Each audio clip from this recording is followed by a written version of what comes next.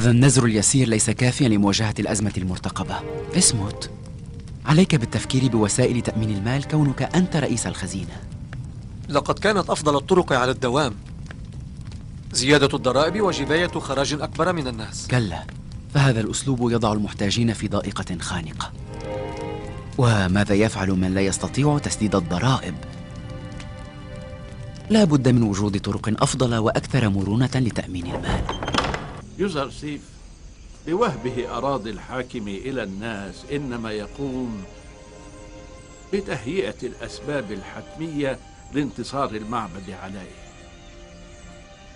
ولكن الأمر الذي يجب ألا نغفل عنه هو ادخار الحنطة. اسعوا جهدكم في تأمين الحنطة لزيادة مخزون المعبد. سوف ترون قريبا أن مصير مصر سوف يكون بيد الشخص الذي يمتلك المقدار الأكبر من الحنطة. أفهم أن الكاهن الأعظم يؤمن بنبوءة يوزرسيف بشأن القحط والحنطة، أليس كذلك؟ لسببين. أجل، الأول أنه لا يخطر ببالي تعبير أفضل من تعبير يوزرسيف وتفسيره لرؤيا الحاكم. الثاني أن الإنسان العاقل لا يترك الأخذ بالاحتياط والعمل به. يمكن لنا أن نعين من الغد بعض أفرادنا لتولي مسؤولية شراء الحنطة، لكن بالخفاء ومن دون أي ضجة.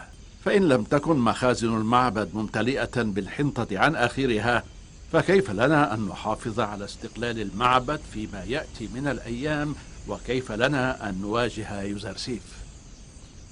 المعبد الذي يكون محتاجا إلى غيره لا شك في أن يوزرسيف سيجعله يركع أخيرا. أنت ابقى، أريد منك شخصا ليقوم بتنفيذ مهمة خطيرة.